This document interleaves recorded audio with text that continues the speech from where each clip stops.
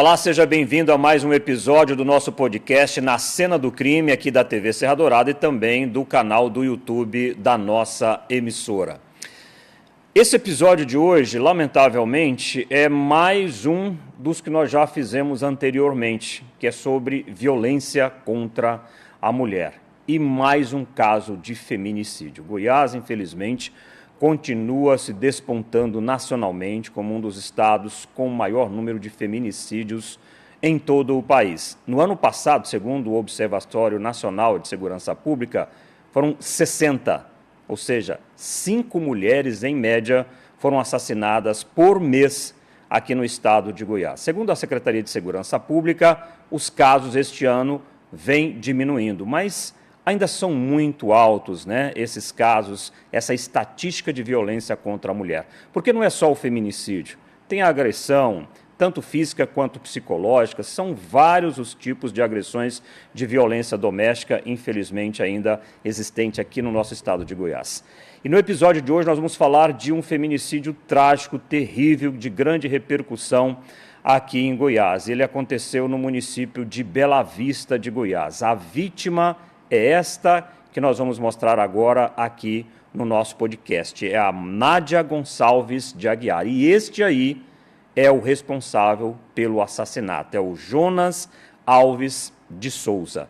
Isso aconteceu na zona rural do município de Bela Vista, que é também uma cidade aqui da região metropolitana de Goiânia. E o objetivo da gente falar disso é sempre com o propósito da gente discutir esse assunto, trazer a história, mas trazer especialmente a reflexão sobre como a gente enfrentar e como a gente procurar diminuir essa estatística terrível de violência contra a mulher no nosso estado. Para falar sobre os detalhes desse crime terrível, eu convidei para o episódio de hoje aqui a delegada que cuidou da investigação e que, inclusive, trabalhou muito pela prisão do Jonas Alves de Souza. Nós vamos falar com a delegada Magda Dávila. Delegada, seja bem-vinda ao nosso podcast. Obrigada, é um prazer. Delegada, aí para que o nosso telespectador, o nosso assinante do canal do YouTube, o nosso seguidor do canal do YouTube, entenda como é que o caso começou a ser investigado pela delegacia, porque o caso ele aconteceu no final de semana, né? A sua delegacia estava fechada por ser interior do estado. Aí foi a PM que começou a investigar? Sim, a PM foi acionada no momento dos fatos, inclusive foi a mãe do autor que ligou para a Polícia Militar, para o SAMU, para o Instituto Socorro. A mãe do autor, ela foi juntamente à vítima até o hospital, acompanhou. E ele contou para essa mãe que tinha feito o que fez? Não, a mãe presenciou. Ah, presenciou? Presenciou. Como é que foi isso? Vamos começar então lá do começo. Vamos lá. Tinha lá em Roselândia, né, distrito de Bela Vista, um morador vizinho do Jonas acordou com barulho de pancadas no muro dele. Aí ele levantou para ver o que estava acontecendo e ele presenciou o momento em que o Jonas pegava a cabeça da vítima e jogava contra a parede, xingando, falando, não vai morrer, xingando aqueles nomes de racharoeira, não vai morrer não. E aí ele desesperou, falou para o Jonas, você não vai matar essa mulher aqui na minha porta. Aí o Jonas, ela já estava desfalecida, com o rosto desfigurado. Essa testemunha, inclusive, fala que a orelha dela ficou completamente destruída. E aí o Jonas pegou, empurrou o corpo dela por aproximadamente 5 metros, arrastou, a deixou ela no meio da rua, desacordada, subiu na moto dele, foi até o fim da rua, pegou um pedaço de pau e voltou, segundo o Jonas, era para acertar esse senhor que estava tentando impedi-lo. Aí esse senhor correu, escondeu dentro da casa dele. Nisso, com barulho, outros vizinhos acordaram, foram até a casa dos pais do Jonas, que era ali próximo, quase de frente. Acordaram eles para eles socorrerem. Aí a mãe, o pai eu ainda não ouvi formalmente, mas a mãe eu já ouvi. A mãe narra que chegou no momento que ele estava desferindo as pauladas na cabeça da vítima. E ela disse que ele estava assim, totalmente transtornado, não ouvia ninguém. E ela chegou bem próximo e falou assim, Jonas, é a sua mãe. Aí parece que meio que ele despertou e correu para o mato. E lá ele ficou escondido durante todo o período até ser localizado pela mãe que apresentou ele. Então, depois de tudo isso, dele fazer tudo isso, a Polícia Militar começou, foi informada, obviamente, Sim. e começou as buscas para poder prendê-lo. Sim. Justamente. Nós lá, apesar da delegacia ela ficar fechada, nós temos, a prefeitura auxilia para que ela funcione nos casos de flagrante, exatamente flagrante, né? Então, a minha equipe também já, tendo notícias da gravidade do crime, já também iniciou diligências. Aí é importante ressaltar que nós tentamos prendê-lo até ainda forçando, porque já estava dando assim, as 48 horas do crime, o flagrante. Mas chegou num determinado momento que aí falou, não, agora não dá. Vamos ter que representar pela preventiva, já não dá mais para forçar esse flagrante. Não localizamos, né? E aí eu imediatamente despachei com o juiz, com o promotor, informei da gravidade, representei pela preventiva no domingo à noite já, no começo da noite. E a preventiva acabou a decisão saindo na terça de manhã. Foi quando ele foi preso em cumprimento a esse mandado? Isso, por nós, Polícia Civil. Ele já estava na delegacia, a gente cumpriu o mandado na delegacia, porque nós já tínhamos conduzido ele até a delegacia para fazer o interrogatório dele. Então, no momento ali que ele ia ser ouvido, o mandado saiu e nós cumprimos. Delegada, vamos entender a relação entre esses dois, entre a Nádia e o Jonas. Eles eram namorados? Tinham um relacionamento? Sim, há 1 ano. Como é que era isso? Ela morava em Senador Canedo, diz que ela conheceu ele num barzinho ali no setor Barcelona, né, que fica ali no meio do caminho. E já tinha 1 ano que ela relacionava com ele. Um amigo dele, inclusive, chegou a alertá-la, amigo dele, que ele era uma pessoa violenta, que ele já tinha passagem por crime de violência doméstica e que aconselhava ela a não manter esse relacionamento. Porém, ela contou isso para o Jonas, ficou como o amigo estava tentando atrapalhar o relacionamento, ela não acreditou, certamente acreditou que com ela não aconteceria, né? E também ouvi a amiga dela, que estava com ela, inclusive, no bar, no sábado, momentos antes do crime, e essa amiga relatou que há aproximadamente 4 meses eles foram numa festa juntos e em determinado momento ele puxou o braço dela bruscamente, de forma violenta. Na presença dos convidados, inclusive... Primeira violência, algo não tão grave, mas já é uma violência. Isso, que as pessoas viram, né? Porque a gente não sabe ali como é que era somente os dois, né? E aí todo mundo da festa ainda questionou, falou assim, você não vai fazer isso com ela não, conversou com ela, você não pode manter esse relacionamento. Essa amiga chegou a falar para ela, falou assim, olha, e ele usuário de drogas também, né? Contumaça. Aí falou assim, olha, vamos fazer o seguinte, eu não quero mais, quando a gente for sair, eu não quero o Jonas perto da gente. Não quero. Se for pra até gente... os amigos já estavam se afastando. Sim, sim. Inclusive a filha narra isso. Ninguém concordava com o relacionamento, mas ela continuava. Nesse bar que a gente tem as imagens aí, eles se encontram, parece que está tudo muito bem, ele cumprimenta esse outro casal aí, parece que ele está bem, sentam na cadeira, tomam cerveja, parece que está tudo bem aí, né? Mas foi a partir daí que tudo aconteceu? Olha, foi questão ali de 2 minutos. Saiu beijando, porque eles iriam para uma festa em Senador Canedo. E faltava um capacete, só tinha um capacete, os dois iam numa moto. Aí eles combinaram, vamos lá em casa, o Jonas, né? Vamos lá em casa buscar outro capacete. Saíram tranquilos, pode reparar ali que ele abraça, beija. Então, assim, foi questão de 2 minutos, ele já estava matando, entendeu? Que loucura! E aí ele me contou que, até essa testemunha, uma testemunha que eu ouvi, ela tinha ouvido... Então, assim, coisa que eu não peguei nenhuma testemunha que tenha ouvido. Eu ouvi falar que talvez o motivo tenha sido porque ele tentou manter relação sexual com ela lá na porta da casa dele e ela não quis. Então, eu estava investigando essa linha, tentando achar quem ouviu, não consegui. Aí, eu fui ouvi-lo, interrogá-lo, e ele me narra que a briga foi porque quando parou na porta da casa dele, parece que bateu a mão no óculos e a lente do óculos dela caiu. E aí ela deu um tapa no rosto dele e ele disse que a partir desse momento ele ficou cego. Inclusive ele, quando foi preso pelos policiais militares, ele fala exatamente disso, né? Que seria esse motivo. Inclusive nós temos essa fala, vamos colocar agora para poder... a gente ir alinhavando, né, se essa motivação realmente seria, inclusive uma situação banal como essa, né, para você matar alguém violentamente dessa forma, isso não existe. Mas, claro, vamos dar palavra para ele. Ela estragou o óculos dela Aí eu falei, calma, bem, é só comprar outro óculos. Só que aí na hora, aí ela avançou em mim, deu um tapa na minha cara. Aí eu fiquei cego na hora. Aí foi e aconteceu o trem. Aí você deu umas pauladas. Aí eu bati nela e eu saí correndo.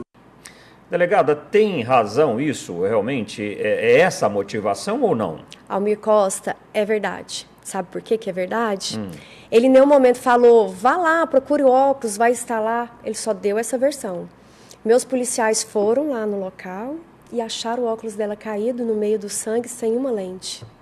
Ou seja, pode ter sido realmente essa a razão Sim. para ele fazer tudo isso. Porque eu não consegui testemunhas que de fato tenham ouvido a briga por conta de relação sexual. Ele dá essa versão, a gente vai lá no local dos fatos, localiza o óculos da forma como ele falou, então provavelmente foi esse o início, mas nada justifica, né? Não deixa de ser um motivo fútil. Com certeza. Ele passou por audiência de custódia já, né, delegada? Passou. O que aconteceu? O juiz manteve a prisão dele, ele vai responder preso, inclusive porque ele já é reincidente, né? E pela gravidade do crime. Pois é, inclusive durante a audiência de custódia, o promotor Dani Salles falou justamente dessa crueldade, dessa barbaridade, desse crime que ele praticou e até chegou a defender uma pena maior para os casos de violência doméstica. Vamos acompanhar a fala dele também. Satisfação, de contrariedade com a própria ordem normativa. Esse é o tipo do cidadão que nos leva à compreensão da necessidade de reformular a legislação Maria da Penha. Um homem desse não pode estar solto. Ela se recusou a ter relação sexual com ele. Misógino, sexista, machista.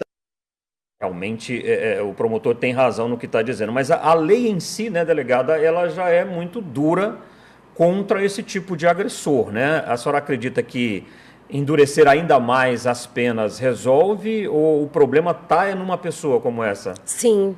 Se resolver, já tinha resolvido o problema. Mesmo porque o feminicídio aumentou a pena. A pena agora é de 20 a 40 anos. O crime de homicídio era até 30. É inafiançável agora também. Isso. Até crime de ameaça hoje não depende mais de representação da vítima. Antigamente, lesão corporal, ameaça, tudo dependia de representação. Lesão corporal já tem um tempo que não depende. Se a gente tem conhecimento, o vizinho vem e me conta, eu sou obrigada a instaurar inquérito, apurar, mesmo que a vítima não queira. E agora o crime de ameaça também. Então, no meu ponto de vista, as penas já são duras. Eu acho que talvez, e aí a gente vai entrar numa, não sei, né? Esse seria o momento dessa discussão, a gente tem que trabalhar lá na fonte e não ficar apagando incêndio, enxugando gelo. Que é uma questão cultural, né? Cuidar das nossas crianças. Que está residida ali no machismo. Isso, cuidar das nossas crianças, educar, mostrar para ela que não é esse o caminho, né? Falar de bebida alcoólica, de droga, porque a maioria, pode ver, eu perguntei para o autor, ele disse que estava totalmente embriagado. Eu vou te dizer, eu trabalhei na delegacia de homicídios, a grande maioria dos crimes tinha droga ou bebida, sabe?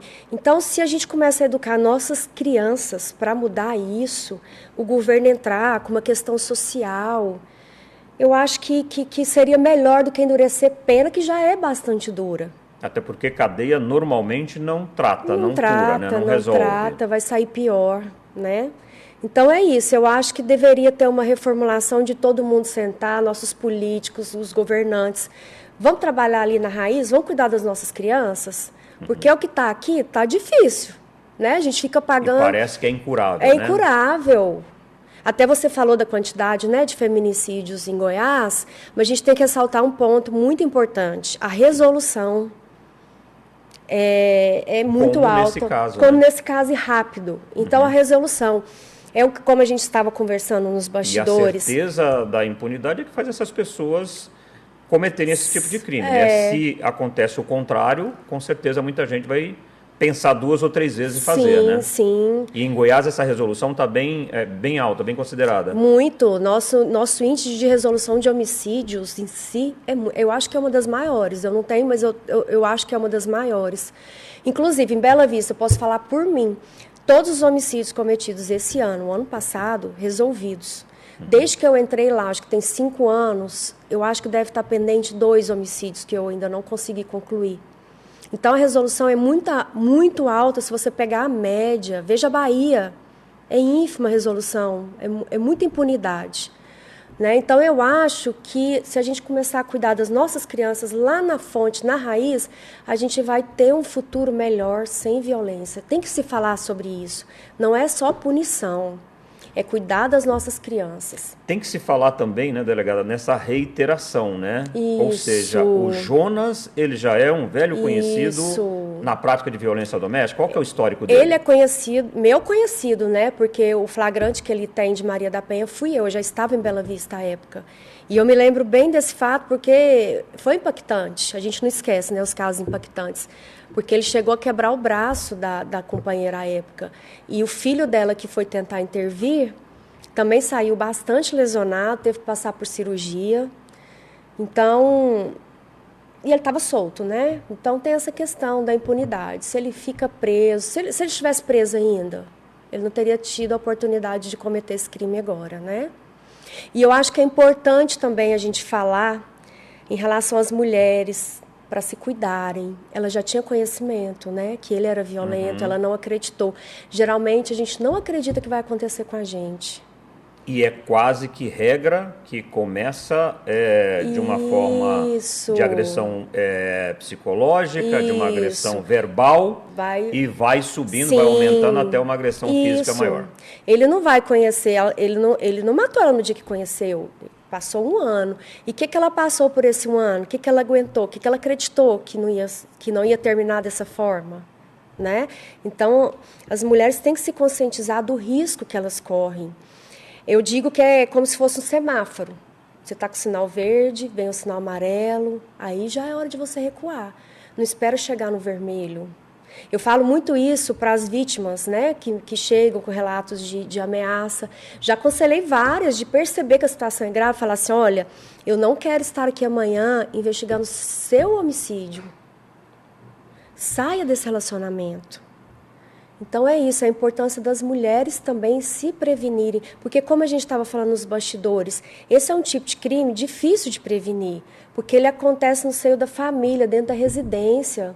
Entre o casal. Não tem policiamento lá dentro.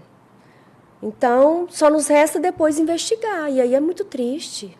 Inclusive, a senhora falava desse caso aí da ex-namorada dele, que também foi violentada, sofreu essa violência terrível, felizmente sobreviveu, está viva para contar a história, e ela gravou conosco, inclusive, também, falando justamente sobre essa agressão terrível que ela sofreu do Jonas. Vamos acompanhar.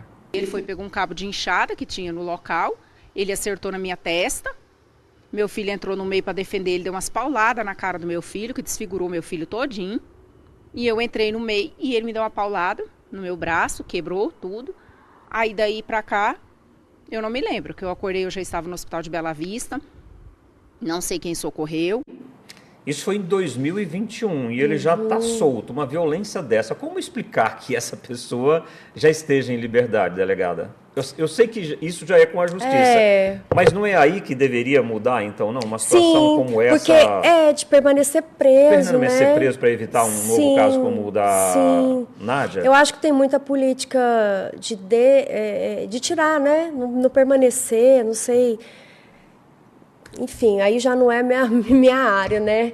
Mas aí é que está, eu acho que é a questão de reduzir, né? De manter essa pessoa... De manter, de ou em aplicar algum outro local para poder ele não estar na sociedade, se relacionando e voltando a fazer, né? Eu acho que o Brasil tem essa cultura de beneficiar muito, muito quem é o criminoso. E aí, às vezes, a vítima... Eu falo porque eu já passei por esse tipo de situação, eu mesma... de me sentir assim, eu não fui amparada. Como assim, esse sujeito fez isso com a minha família e não vai nem ficar preso, vai regime aberto? Então, eu acho que teria que ter uma mudança nesse sentido. De ficar mais tempo na cadeia, né? Porque 2021 para 2025 são só 4 anos. E aí ele sai, tem outros relacionamentos, encontra a Nádia... e depois mata ela dessa forma. E de uma forma muito parecida, né? Sim, com um pedaço de pau, né? Na primeira foi com cabo de enxada, agora com algo parecido, né? Sim, e até uma questão que ele falou lá na delegacia, olha que surreal, que ele estava preocupado agora como é que ele conseguiria arrumar outra namorada, que ele teria que mudar de Roselândia. Ele está pensando nisso ainda? Isso. Eu acho que nele é que... Isso, ele falou obviamente, depois da prisão. Sim, na hora que ele Depois de estava fazer na o que delegacia, sim. Aí eu acho que nele, ele falou assim, não, eu fiz isso com a outra, tô aqui, não deu nada, vai ser do mesmo jeito. Aí agora, como é que eu vou arrumar? Porque agora eu matei, como é que eu vou arrumar outra namorada? Que situação, né? É revoltante isso, né? Muito. Que a pessoa ainda depois de fazer o que fez, Sim. ainda pensar em ter uma vida normal, né? Assim, Sim. sair se da cadeia, ter uma vida aconteceu normal, e se nada. acontecer de novo também, não tem problema, né? Imagina, a filha teve que reconhecer o corpo pela tatuagem com o nome dela, da filha, no pé. Porque não conseguia reconhecer pelo rosto. Do tanto que ficou desfigurado, né? O rosto dela. E aí o sujeito tá lá, preocupado como é que vai arrumar outra Qual namorada. que é o perfil dele na sua avaliação? É alguém realmente irrecuperável? Eu acho. E que num caso como esse mereça realmente uma pena muito dura, ficar na Eu cadeia? acho. Porque se ele sair, ele vai voltar a cometer? No mínimo, quando acabar a pena, ir para um hospital psiquiátrico, porque, no meu ponto de vista, ele é psicopata. Eu não sou médica, não sou psicóloga, né? Estou falando besteira, mas, assim, de observar o comportamento, de ver que não tem remorso, que nada aconteceu. Os casos dele são só de violência doméstica ou tem outros Não, também? ele tem Qual é a ficha dele? 3 embriaguez ao volante. E esse de violência, 2 de agora, né? E 3 de embriaguez. Ou seja, tem outros crimes também, né? Sim. E, claro, a família da Nádia está destroçada, né? Somente a filha, né? Tem um episódio, inclusive, que eu queria que a senhora relatasse, que a filha conta que o neto, né? Ou seja, o filho da filha da Nádia, de madrugada teria acordado assustado e chamando pela avó. E ela havia acabado de ser assassinada, né? Que coisa mais Ai, gente. triste, né? Diz que o menino acordou desnorteado, foi até o portão, a mãe chamando de volta, o que está acontecendo? Não, cadê minha avó? Cadê minha avó? Cadê minha avó? Aconteceu alguma coisa com a minha avó. E, infelizmente, tinha acontecido mesmo, ou seja, ela tinha sido assassinada do jeito que foi. Inclusive, a filha fala sobre isso, né? A Iane Aguiar, e a gente vai acompanhar o que ela tem a nos dizer. A minha mãe foi a vítima dele fatal e minha mãe ignorou por gostar dele. Minha mãe comentou com o Jonas sobre, olha, seu amigo veio me falar que você fez isso, é verdade? O Jonas negou para ela e ela, por estar apaixonada, literalmente gostando dele, também decidiu ignorar os avisos. Eu espero que ele pague pelo que ele fez com a minha mãe e com outras pessoas, em específico minha mãe, que foi a vítima fatal dele. Eu estou bem crente, a justiça vai ser feita, eu acredito nisso. Nós também, né, delegada? Acreditamos. Tenho certeza. Eu tenho certeza que a pena dele vai ser alta. As evidências são bem consistentes para poder a senhora relatar, indiciá-lo e pedir para que o Ministério Público denuncie? Sim, inclusive a própria mãe contou a verdade. Porque foi a mãe, ela pessoa que o entregou, do bem, né? muito humilde. Ela narrou no depoimento dela que chegou no momento que ele estava desferindo pauladas na cabeça. Ele confessa, o vizinho que socorreu no primeiro momento, né, que tentou intervir. Então, eu tenho certeza que ele vai pegar a pena máxima. Como eu falei, hoje em dia é de 20 a 40 anos e tem uma causa de aumento de pena por ter sido meio cruel de 1/3. Então, eu tenho certeza, ele não vai ficar impune, ele vai ficar um bom tempo na cadeia.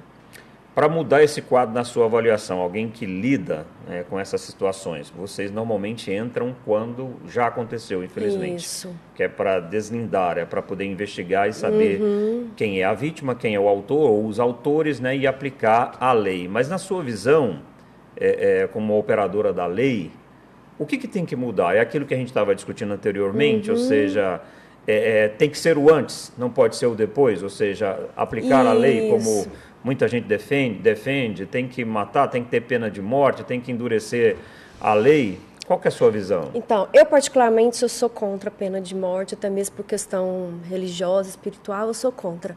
Porém, eu sou a favor de pena perpétua. No Brasil, vamos supor, pena máxima, 40 anos de feminicídio, que fique 40 anos. Que não tenha progressão. Isso, não tenha. Igual nos Estados Unidos, né? Lá tem pena de morte, pena perpétua, e a pena é aquilo. A pessoa cometeu um crime, ela sabe que ela vai ficar o resto da vida na cadeia.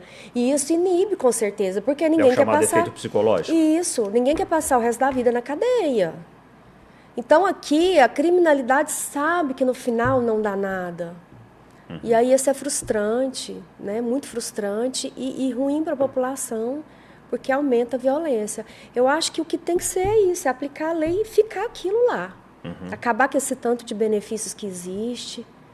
E é isso. Para poder tentar diminuir essa quantidade tão grande, né, de casos, né? E o que a senhora diria para as mulheres, vendo essas situações todas, acompanhando esses casos todos? A gente, acompanhando o caso da Nádia, aí a gente percebe, ela sabia que era um cara violento, sabia que era alguém que já tinha quase que matado uma ex-namorada, mas mesmo assim ela estava com ele. Isso. É importante, é necessário as mulheres levarem em conta uma situação dessa? Eu não estou falando só de mulheres, mas de homens também. Sim. Ou seja, relacionamento tóxico como esse. Isso. O caminho pode ser a consequência, uma situação como essa? Trágica, né? Eu falo assim, as mulheres que eu aconselho na delegacia, antes de começar um relacionamento, investigar a vida. É mais fácil do que depois você se apaixonar e descobrir. Aí é mais difícil sair. Antes, porque aí tem a questão emocional, Isso, né? que eu acho que foi o que aconteceu com a Nádia. Quando avisou, ela já estava completamente apaixonada. Então, antes... Eu falo para os meninos, vem aqui na delegacia, traz o CPF dele que eu vou olhar para você e te falo. Então é isso, investiga antes. E aí aquilo... A que ponto chegamos? Levar o CPF na desse jeito. Dá uma checada aí. Não, eu tenho uma pessoa, eu tenho uma amiga que faz isso. Não vou Sério? Tenho. Não vou divulgar ela não, mas assim, tem. A gente ri, mas é algo que infelizmente nós chegamos a esse ponto. Chegamos nesse ponto. Porque você olha a carinha ali do Jonas, você falaria? Parece que é uma pessoa normal, né? A foto dele, assim, é uma Né? pessoa tranquila, Dormir, bem apessoado, ele não é feio. Parece, né? Então, você não sabe o monstro que está dentro dele. Então, é importante, antes de entrar no relacionamento, investigar. E aí, quando você percebeu o sinal amarelo que eu falo, não, opa, não preciso disso, eu sou melhor que isso. Se valorizar, nós temos que nos valorizar. Não preciso desse relacionamento tóxico. Eu sou mais eu, a minha companhia me basta. O problema é que quando muitas fazem isso, acontece a violência, né? Isso. Porque já o relacionamento já tá no... Igual eu falei, ele não chega matando, né? Mas aí, a partir do momento que ela está no relacionamento e ele apresenta, vá na delegacia, denuncie. Entendeu? Ou então sai fora. Sai fora. Aí saiu fora, ele tá te ameaçando, vai lá. Vai lá. É um grande inibidor. Na hora que ele vê a intimação lá, que vai responder um processo criminal, opa, não. Tem sujeito psicopata que nem isso basta. Que inclusive faz aumentar, potencializar a violência. Isso, mas aí nós, como autoridade policial, nós vamos tentar ajudar da forma que, né, melhor servir para a mulher. Mas é esse o caminho. É não se colocar em risco. A vida é muito mais importante do que qualquer coisa. E eu acho que tem que pensar sempre, tem outra pessoa. Sim. Se aquilo não te serve, sempre, tem outra pessoa. Sempre. Como dizia minha mãe, sozinha, toda né? panela sozinha, tem uma né? tampa. Ou que fique sozinha, Que né? fique sozinha. Gente, melhor preservar a vida. Justamente. Se goste da sua companhia, né? Nós somos a pessoa mais importante do mundo. É isso. E muitas mulheres ainda têm, delegada, receio em denunciar. Como você está dizendo aí, o melhor caminho é isso, né? Não se omitir, né? É isso, de forma Porque alguma. senão pode-se chegar a essa situação da Nádia, né? Inclusive, já veio mulheres na delegacia falando, doutor, ele não pode saber que eu vim aqui. Eu falei, não preocupa. Nós vamos simular outra forma. Aí eu simulo que foi uma denúncia anônima. Olha, que alguém ficou sabendo. Alguém ouviu, ficou sabendo. Eu não vou colocar a mulher em risco. Eu não vou chegar nela, ó, sua mulher veio aqui e denunciou sabendo que ela, né? Sim. De forma alguma. A gente sempre trabalha visando a proteção da mulher. E sempre denunciar. Sempre denunciar. Vizinhos, tinha aquele ditado, né? Que em briga de marido e mulher não se mete a colher. Mas se mete sim. Se mete. Vizinho ouviu. Se não quer aparecer, faz a denúncia anônima. Nós temos o canal de denúncia da Polícia Civil, que é 197. Tem o que é a nível federal, que é o Disque 100, que nos é encaminhado imediatamente. Imediatamente a gente apura a denúncia. Inclusive, eu já apurei vários assim, crimes contra menores, estupro de vulnerável, que as pessoas ficam com medo de denunciar, chega no Disque 100 imediatamente. Até a pessoa que depois denunciou me falou, nossa, mas foi tão rápido, eu pensei que ia demorar. Não, isso aqui eu não deixo passar. Então, Até porque tem que agir rápido mesmo, tem que agir porque senão rápido. pode ser tarde. Sim. Né?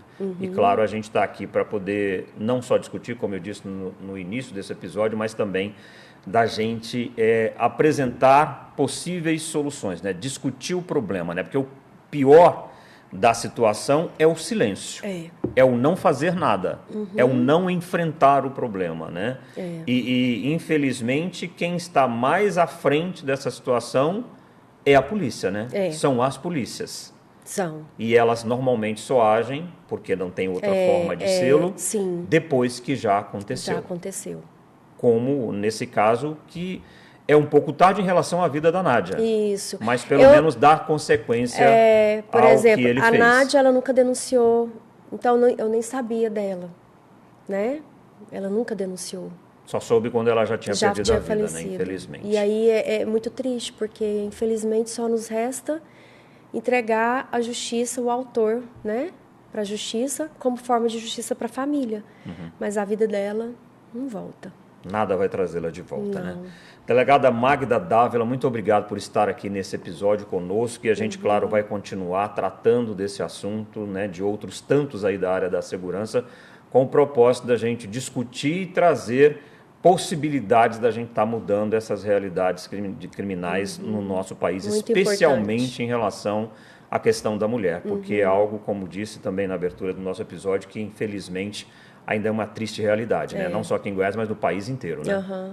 Uma triste realidade que precisa ser mudada urgente. Muito obrigado e até uma próxima oportunidade. Até. Viu? Obrigado também pela sua companhia, pela sua audiência e eu te peço para você também se inscrever no nosso canal do YouTube aqui da TV Serra Dourada, tá? E aperte lá também o sininho, porque a qualquer outro conteúdo que a gente publicar aqui no canal ou então na TV Serra Dourada você vai ter acesso. Muito obrigado pela sua companhia e até um próximo episódio.